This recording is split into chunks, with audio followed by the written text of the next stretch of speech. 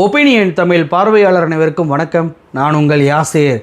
நாங்கள் ஆட்சிக்கு வந்தால் 15 லட்சம் ரூபா கருப்பு பணத்தை மீட்டு ஒவ்வொரு பேங்க் அக்கௌண்ட்லேயும் போடுவோம் அப்படின்னு சொன்னது ஒரு ஜும்லா அப்படின்னு சொல்லி பிஜேபி சொன்னாங்க.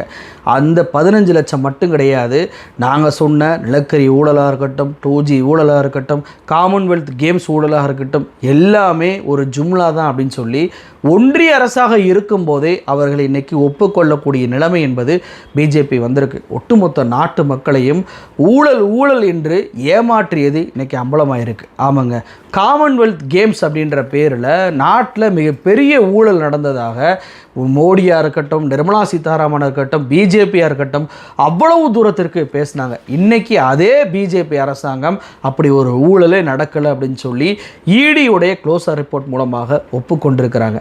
இதை ஏன் நாம் சாதாரணமாக கடந்து போகக்கூடாது? இந்த வீடியோவில் வீடியோ ஆதாரங்களோடு அம்பலப்படுத்த போகிறோம். இந்த வீடியோவை முழுமையாக பாருங்கள். மறக்காமல் நம்மளுடைய ஒப்பீனியன் தமிழ் சேனலை சப்ஸ்கிரைப் பண்ணிக்கோங்க. 2010ஆம் ஆண்டு காமன்வெல்த் கேமை இந்தியா நடத்தினாங்க. உலக அளவில் மிகப்பெரிய அளவில் கேமாக பார்க்கப்பட்ட அந்த கேம் இந்தியாவில் முதன்முறையாக நடத்தப்பட்டதில் மிகப்பெரிய ஊழல் நடந்திருக்கு.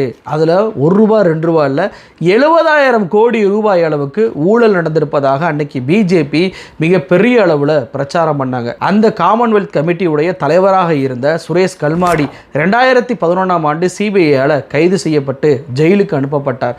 அதில் சம்பந்தப்பட்ட அத்தனை பேருமே கைது செய்யப்பட்டாங்க. அந்த வழக்கு ஆட்சி மாற்றம் ஏற்பட்ட பின்பும் கூட விசாரிக்கப்பட்டு வந்துச்சு. ஒரு வழக்கு ஊழல் பண்ணியிருக்கிறாங்க இல்லையா அப்படின்றத எவ்வளோ வருடங்கள்ங்க விசாரிக்கலாம். ஆனால் இந்த ஈடி 15 வருடமாக விசாரித்து இன்னைக்கு ஊழலே இல்லை, அதில் நாங்கள் அந்த கேஸையே க்ளோஸ் பண்ணுறோம் அப்படின்னு சொல்லி டெல்லி ரோஸ் அவென்யூ கோர்ட்டில் போய் மனுவை தாக்கல் பண்ணியிருக்கிறாங்க. இந்த மனுவை ஏற்றுக்கொண்ட நீதிபதி சொன்ன வார்த்தை தான் ரொம்ப கவனிக்க வேண்டியது. அதாவது இந்த வழக்கு விசாரணையின் போதே என்னங்க ஊழல் நடந்ததற்கான எந்த ஒரு ரிப்போர்ட்டையுமே வழக்கு விசாரணை கீழே காட்டவே மாட்டீங்க, பிஎம்எல்ஏ கீழே என்ன குற்றம் நடந்திருக்கு அப்படின்னாவது ஈடி காட்டணும், அதுவும் காட்ட மாட்டீங்களே அப்படின்னு சொல்லி கேட்டாங்க. காட்டமாக கேட்ட பின்பு தான் இன்னைக்கு ஈடி க்ளோஸர் ரிப்போர்ட்டை கொடுத்துருக்குறாங்க. க்ளோஸர் ரிப்போர்ட் கொடுத்த அன்னைக்கு அவங்க என்ன சொல்கிறாங்கன்னா, குற்றமே நடக்கலை அப்படின்றது மிக தெளிவாக தெரிகிறது. ஈடி போட்ட இசிஐஆர் காப்பியை வச்சு வழக்கை நடத்துவதே வேஸ்ட், அதனால் இந்த ஈடி கொடுத்த அந்த க்ளோஸர் ரிப்போர்ட்டை நாங்கள் ஏற்றுக்கொள்கிறோம் அப்படின்னு சொல்லி நீதிபதி சஞ்சீவ் அகர்வால் அவர்கள் ஈடி கொடுத்த அந்த க்ளோஸர் ரிப்போர்ட்டை இன்னைக்கு ஏற்றுக்கொண்டிருக்கிறார். இதில் ஒரு கொடுமையான விஷயம் என்ன தெரியுமா? இந்த காமன்வெல்த் ஊழல் அப்படின்ற ஊழலை முதல்ல விசாரித்தது சிபிஐ தான். இந்த சிபிஐ என்னால் விசாரிக்க முடியாது அப்படின்னு சொல்லி க்ளோஸர் ரிப்போர்ட்டை கொடுத்த பின்பு தான் ஈடி இந்த வழக்கை எடுக்கிறாங்க. ஈடியால் இன்னைக்கு எங்களால் முடியாது, ஊழலே இல்லை அப்படின்னு சொல்லி க்ளோஸர் ரிப்போர்ட்டை கொடுத்துருக்குறாங்க. அப்படின்னா எதற்காக இவ்வளவு ஆண்டுகள் இந்த நாடகத்தை பிஜேபி பண்ணாங்க? 15 வருட குற்றச்சாட்டு என்பது இன்னைக்கு போலி அப்படின்னு சொல்லி அம்பலமாயிருக்கா இல்லையா? இந்த 15 வருடத்தில் காங்கிரஸ் கட்சி இழந்தது எவ்வளோ பெரிய விஷயம். மோடியுடைய பிரச்சாரத்தினால ஒன்றிய ஆட்சியை அவங்க இழந்தாங்க. டெல்லியில் அரவிந்த் கெஜ்ரிவாலுடைய பிரச்சாரம்னாலையும், மோடி அமித்ஷாவுடைய பிரச்சாரம்னாலையும், அதே போல் அண்ணா ஹசாரே போன்றவர்களுடைய பிரச்சாரம்னாலையும் டெல்லியில் இருக்கக்கூடிய காங்கிரஸ் ஆட்சியும் அவங்க இழந்தாங்க. இன்னைக்கு மறுபடியும் அந்த கட்சியால் டெல்லி ஆட்சியை பிடிக்க முடியுதா? இல்லை. அந்த கட்சியால் ஒன்றிய அரசுடைய ஆட்சியை பிடிக்க முடியுதா? இல்லை.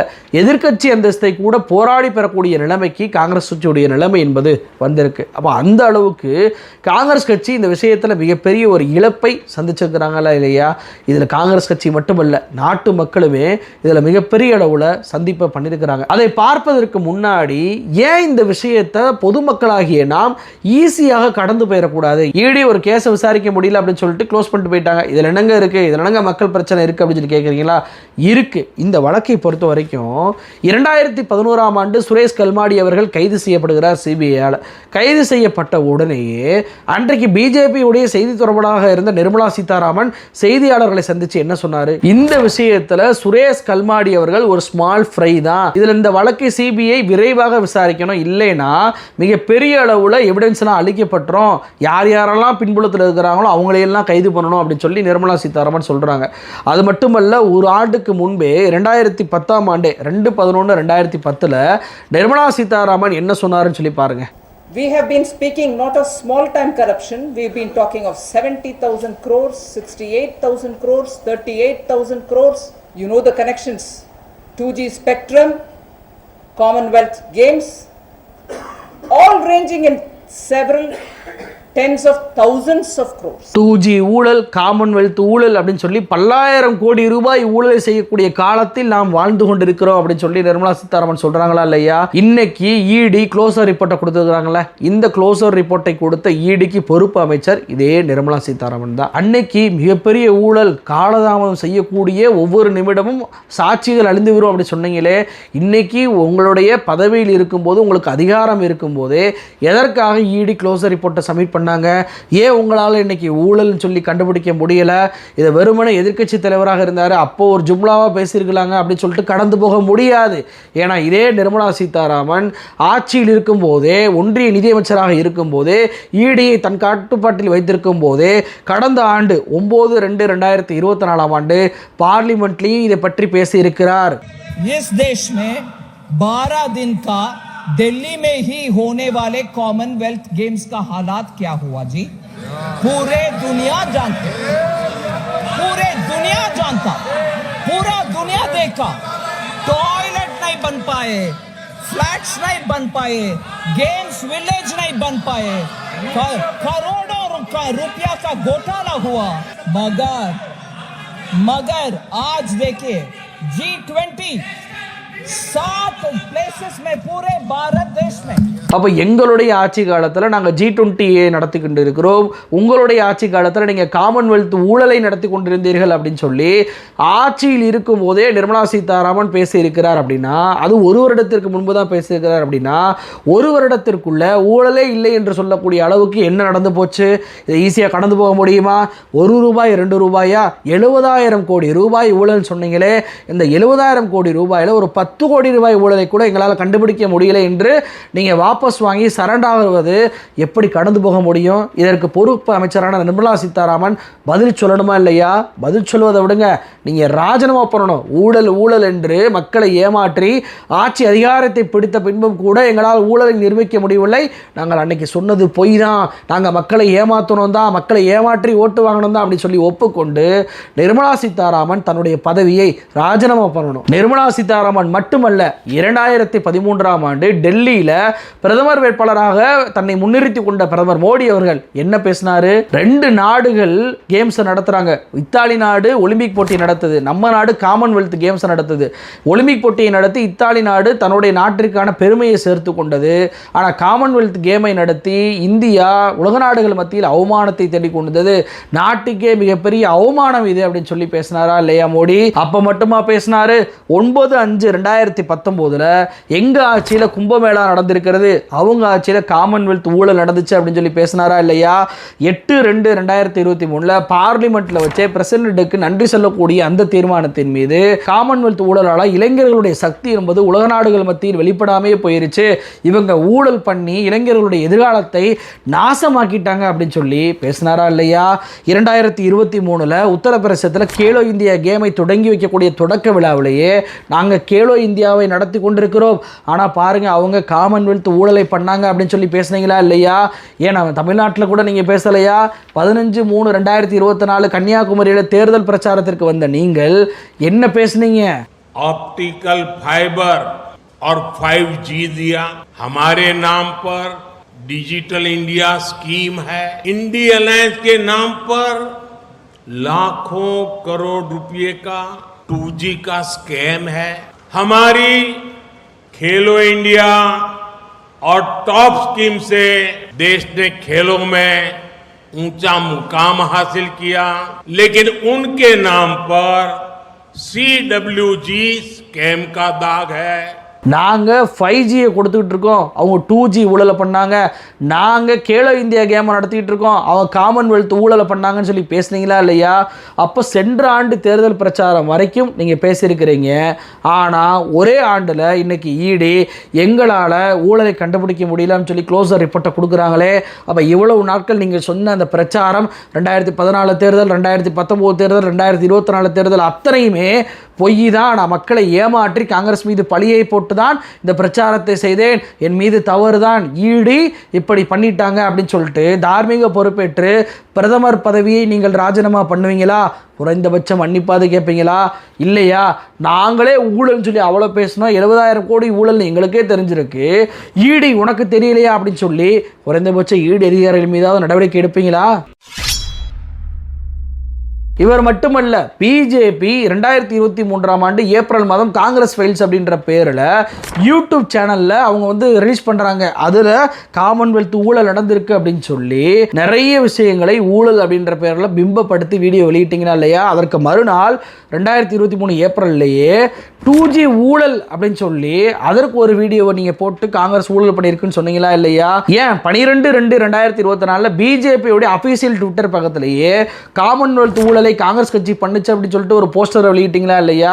இன்னைக்கு ஒரே வருடத்தில் உங்களுடைய ஆட்சியில் இருக்கக்கூடிய உங்கள் கட்சி இதில் ஊழலே நடக்கலன்னு சொல்லிட்டு இடி ஒரு க்ளோஸர் ரிப்போர்ட்டை கொடுத்துருக்காங்களே. நாங்கள் போட்ட அந்த போஸ்டரும் நாங்கள் போட்ட அந்த வீடியோவும் போலியானது, நாங்கள் பொய்யை பரப்பிட்டோம் அப்படின்னு சொல்லிட்டு இன்னொரு வீடியோவோ இன்னொரு போஸ்டரையோ உங்களால் வெளியிட முடியுமா? ஏன் இந்த கேள்வியில் நான் கேட்குறேன் அப்படின்னா, நாட்டு மக்கள் அவ்வளவு தூரத்தை விஷயத்தை நம்ம இழந்திருக்கோம். அதில் 2014 மோடி ஆட்சிக்கு வந்த பின்பு இந்தியாவுக்கே ஒரு டிசாஸ்டராக மாறி இருக்கு. 2014க்கு பின்பு பண மதிப்பிழப்பு நடவடிக்கையை கொண்டு வந்தாரு.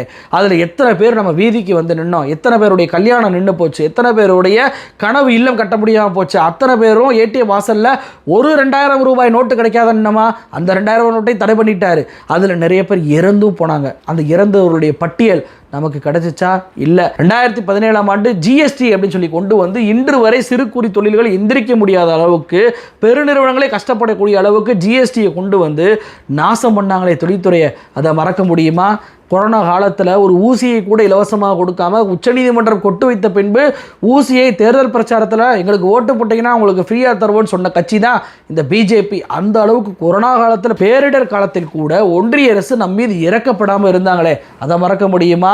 2014க்கு முன்னாடி கேஸ் சிலிண்டரோட விலை எவ்வளோ, 2014க்கு முன்னாடி பெட்ரோலுடைய விலை எவ்வளோ, 2014க்கு முன்னாடி டாலருக்கு நிகரான இந்திய ரூபாயோட மதிப்பு எவ்வளோ, இதையெல்லாம் பார்த்தோம் அப்படின்னா இந்த ஆட்சி எவ்வளோ மோசம் ஆட்சி. 2014க்கு முன்பு விலைவாசியிலிருந்து எல்லாமே குறைந்த விலைக்கு கிடைச்சிச்சு.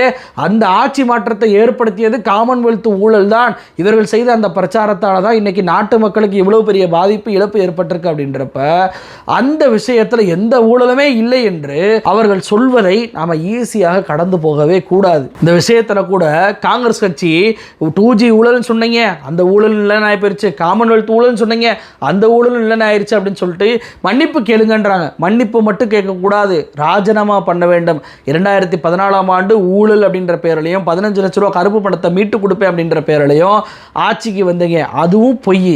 2019ஆம் ஆண்டு புல்வாமா தாக்குதல், சத்யபால் மாணிக் அவர்கள் நம்மளால தான் அந்த தாக்குதல் நடந்துச்சு அப்படின்றத மறைச்சு பொய்யை பரப்பி ஆட்சிக்கு வந்தீங்க. 2024 இஸ்லாமியர்கள் உங்களுடைய தங்கத்தை பறிச்சுக்கிடுவாங்க, இஸ்லாமியர்களுக்கு உங்களுடைய 2 எருமையில 1 எருமையை பறிச்சுக்கிடுவாங்கன்னு சொல்லிட்டு இஸ்லாமியர்கள் மீது வன்மத்தை கக்கி இந்துக்களை தவறாக வழிநடத்தி அவருடைய ஓட்டுகளை பெற்று நீங்க ஆட்சிக்கு வந்திருக்கிறீங்க. அப்போ 3 வருடம் நீங்க ஆட்சிக்கு வந்தது முழுவதுமே பொய்களையும் பொய் மூட்டைகளையும் சொல்லி மக்களை தவறாக வழிநடத்தி மக்களை ஏமாற்றி தான் இந்த ஆட்சியை நீங்கள் பிடித்திருக்கிறீர்கள் அப்படின்றது தான் யதார்த்த உண்மை. அப்படி இருக்கும்போது நீங்கள் பொய்யை பரப்பியதற்காகவே தார்மீக பொறுப்பேற்று ஒட்டுமொத்த பிஜேபி அரசாங்கமுமே ராஜினாமா பண்ணணும். பண்ணுவீங்களா? எப்படி பண்ணுவீங்க? நீங்க ரயில்வே விபத்து நடந்தாலும் ராஜினாமா பண்ண மாட்டேன், பகல்காம் தாக்குதல் நடந்தாலும் உள்துறை அமைச்சரான அமித்ஷா ராஜினாமா பண்ண மாட்டாரு, எந்த ஒரு சிஏஜி ஊழலை நிதின் கட்கரி மீது வச்சாலோ அவர் ராஜினாமா பண்ண மாட்டாரு, சுகாதாரத்துறை அமைச்சர் மீது 7.5 லட்சம் கோடி ஊழலை பண்ண குற்றச்சாட்டுகள் வச்சாலும் அவர் ராஜினாமா பண்ண மாட்டாரு. ஆனா சிஏஜி ரிப்போர்ட்டை கொடுத்து அதிகாரியை தூக்கி அடிச்சிருவீங்க. ஏன்னா அன்னைக்கு சிடபிள்யூஜி ஊழல், காமன்வெல்த் ஊழல் அப்படின்னு சொல்லும் போது சுரேஷ் கல்மாடி அவர் தன்னுடைய பதவியை ராஜினாமா பண்ணார். அவருக்கு ஐஓஏ, இந்தியாவுடைய ஒலிம்பிக் அசோசியேஷனுடைய நிரந்தர பேட்டர்னாக நீங்கள் இருக்கலாம் அப்படின்னு சொல்லிட்டு அந்த பதவியை கொடுக்கும்போது கூட என் மீது ஊழல் குற்றச்சாட்டு சொல்லியிருக்கிறாங்க. அந்த ஊழல் குற்றச்சாட்டை நான் தப்பே பண்ணலன்னு சொல்லி நிரூபித்த பின்பு தான் நான் இந்த பொறுப்பை ஏற்றுக்கொள்வேன் என்று பதவி விலகினாரா இல்லையா? அது மாதிரி நீங்கள் பதவி விலகுவீங்களா? அப்போ முழுக்க முழுக்க மக்களை ஏமாற்றி மட்டுமே இவர்கள் ஆட்சிக்கு வந்திருக்கிறார் என்பதை மக்களுக்கு நினைவுபடுத்த வேண்டிய கட்டாயம் நமக்கு இருக்கு. வெறும் காமன்வெல்த் கேம்ஸ் ஊழல் என்று இவங்க சொல்கிறாங்களே அதில் மட்டும் கிடையாது, 2G ஊழல்ன்ற மிகப்பெரிய அளவுக்கு இவங்க பிரச்சாரம் பண்ணாங்க. எப்படி காங்கிரஸ் டெல்லியில் ஆட்சி இழந்தாங்களோ அதே போல் 2011ஆம் ஆண்டு திமுக தன்னுடைய ஆட்சி இழந்ததற்கு மெயினான காரணம் 2G ஊழல் அப்படின்ற பெயரில் இவங்க பரப்பின பிரச்சாரம் தான். 2012ஆம் ஆண்டு 2Gயில் யாருக்கு முதலில் வருவாங்களோ அவங்களுக்கு தான் முன்னுரிமை கொடுக்கணும் அப்படின்ற அந்த ஒரு விஷயத்தை சுட்டி காட்டி அதற்கு எதிராக உச்சநீதிமன்றம் ஒரு தீர்ப்பு கொடுத்தாங்க. அதே 2012ஆம் ஆண்டு உச்சநீதிமன்றத்துடைய தீர்ப்பை பிஜேபி வரவேற்றாங்க. ஆனால் சரியாக 12 வருடம் கழித்து டிசம்பர் 2023 அன்னைக்கு இந்த 2G உடைய தீர்ப்பை நீங்கள் மாற்றி அமைக்க வேண்டும் என்று இதே பாஜக அரசு போய் ரிவ்யூ பெட்டிஷனை போட்டாங்க. ஏங்க அன்னைக்கு வரவேற்றீங்கல்ல, அன்னைக்கு ஊழல்னு சொன்னீங்கல்ல, எதற்காக அந்த தீர்ப்பை மாற்றணும் அப்படின்னு சொல்லிட்டு 12 வருடத்திற்கு பிறகு போய் நீங்கள் அங்கே ஒரு மனுவை போடுறீங்க. அப்போ அங்கே ஊழலே நடக்கலை அப்படின்றது உங்களுக்கு தெரிந்திருக்கிறது. அப்போ ஊழலே நடக்காத போது தான் ஊழலே நடந்ததாக நீங்களும் கோடி மீடியாவும் அரசு அதிகாரிகளும் திட்டமிட்டு பிளான் போட்டு இதை பண்ணியிருக்கிறீங்க. ஏன் இந்த அரசு அதிகாரின்னு சொல்கிறேன் அப்படின்னா, அன்றைக்கி 2G ஊழலுக்கு மிகப்பெரிய அளவில் பேசுபொருளாக மாற்றியவர் யார்?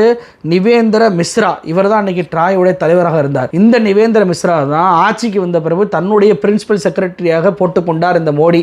அப்போது அன்னைக்கு ஊழல் என்று அரசு அதிகாரிகள் பிம்பப்படுத்தியவர்கள் எல்லாம் பின்னாளில் மோடியுடைய ஆட்சி காலத்தில் மிகப்பெரிய பதவிகளை அடைந்ததை பார்க்க முடியுதா இல்லையா? அப்போது நீதிபதி சைனி அவர்கள் ஊழலே நடக்கவில்லை என்று பல்வேறு வருடங்களுக்கு பிறகு ஆராசாவும் கனிமொழி அவர்களும் ஜெயிலுக்கு போயிட்டு நிரபராதி என்று நிரூபித்து வந்த பிறகு இன்று வரைக்கும் ஊழல் ஊழல் என்று சொல்கிறார்களே. இன்னைக்கு இடி க்ளோசர் ரிப்போர்ட்டை பண்ணிட்டாங்களே, அதை வச்சுட்டு காமன்வெல்த் ஊழல்னு சொல்லாமல் இருக்க போகிறாங்களா? சொல்ல தான் செய்வாங்க. ஏன்னா மக்கள் நாம் ஈஸியாக அதை கடந்து போகிறதுனால தான் திட்டமிட்டு திரும்ப திரும்ப ஒரு பொய்யை கட்டமைத்து அந்த பொய்யின் மூலமாக ஆட்சி மாற்றத்தை இவர்கள் உருவாக்குறார்கள் அப்படின்றத நாம் புரிஞ்சுக்கிறோம். ஏன்னா தமிழ்நாட்டு மக்களாகிய நாம் இப்போ தேர்தல் காலத்தில் தான் இருக்கோம். 2026 முன்பு இதே போல ஒரு பொய்யை கட்டமைத்து ஒரு தேர்தல் ஆட்சி மாற்றத்தை உருவாக்க அவர்கள் முயற்சி செய்வார்கள். ஆனால் மக்கள் விழிப்போடு இருக்க வேண்டும் என்பதற்காக தான் இந்த காமன்வெல்த் ஊழல் போன்ற ஊழல்களை நாம் கடந்து போகக்கூடாது அப்படின்றதுக்கு திரும்ப திரும்ப சொல்வதற்கான முக்கியமான காரணம். அப்போ ஒரு நடக்காத ஊழல் நடந்ததாக சொல்லி அதுவும் கௌரவமான ஒரு கேம்ஸை இந்தியா நடத்தும் போது அப்படிப்பட்ட விஷயங்களை எல்லாம் பரப்பி விட்டு நாட்டுக்கு அவமானத்தை தேடி கொடுத்ததோடு மட்டுமல்லாமல் அண்ணா ஹசாரே, அரவிந்த் கெஜ்ரிவால் போன்ற ஆட்களோடு கூட்டு வைத்து கொண்டு கோடி மீடியா அரசு அதிகாரிகளோடு சேர்ந்து கொண்டு ஆட்சி மாற்றத்தை ஏற்படுத்திய இவர்கள் கண்டிப்பாக அந்த ஆட்சியை விட்டு கொடுப்பதில் தான் அவர்களுடைய தார்மீக பொறுப்பு என்பது இருக்குது. ஏன்னா இவர்களால் ஆட்சி அதிகாரம் இருந்துமே ஊழலை கண்டுபிடிக்க முடியல. அன்றைக்காவது எதிர்க்கட்சி போகிற போக்கில் சொல்லிட்டு போகலாம். இன்றைக்கி ஆட்சி அதிகாரம் இருந்துமே 15 வருடங்கள் ஆன பின்பும் கூட தங்களால் கண்டுபிடிக்க முடியவில்லை என்ப ஒரு நிலைமைக்கு பாஜக அரசு ஒத்துக்கொண்டிருக்கிறாங்களா இல்லையா? அப்போ யார் இதை பொறுப்பேற்பா? ஊழல்னு சொல்லி இவ்வளோ தூரத்துக்கு பிரச்சாரம் பண்ணது, மக்கள் கொந்தளித்தது, மக்கள் கோவத்தோடு ஓட்டளித்தது, இதெல்லாம் யாருக்கு பொறுப்பேற்பது? இந்த கேள்விக்கு பதில் இருக்கா? ஒன்றிய பாஜக அரசு தார்மீக பொறுப்பட்டு மிக முக்கியமாக நிர்மலா சீதாராமன் ஈடி இவ்வளவு ஆண்டு காலம் இழுத்தடிச்சிங்கல்ல, எந்த ஒரு ஏஜென்சியாவது விசாரணை செய்யக்கூடிய ஏஜென்சி இவ்வளவு ஆண்டு காலம் விசாரிக்க முடியுமா? இழுத்தடிக்க முடியுமா? கருப்பு சட்டத்தை வைத்துக்கொண்டு எதிர்க்கட்சி தலைவர்களை அரெஸ்ட் பண்ணி ஜெயிலில் வச்சுக்கிட்டு ட்ரையல் கூட ஆரம்பிக்காமல் பல்வேறு ஆண்டுகள் இழுத்தடிக்கக்கூடிய சூழ்நிலை இன்று வரைக்கும் நடக்குதா இல்லையா? அதே போல தானே இன்றைக்கி நீங்கள் CWG ஊழல் அப்படின்ற பேரில் 15 வருஷம் இழுத்தடிச்சிங்க. அப்போ இன்றைக்கி ஊழல் இல்லை என்று க்ளோசர் ரிப்போர்ட் கொடுத்ததை போல எதிர்க்கட்சி தலைவர்கள் அத்தனை பேருக்குமே உடனடியாக க்ளோசர் ரிப்போர்ட்டை உங்களால் கொடுக்க முடியுமா? அப்போ ஊழலை கண்டுபிடிக்க முடியாத இந்த ஆட்சியாளர்கள் ராஜினாமா பண்ண வேண்டும் என்பதுதான் என்னுடைய மக்களுடைய எல்லோருடைய கோரிக்கையாக இருக்குது. நன்றி.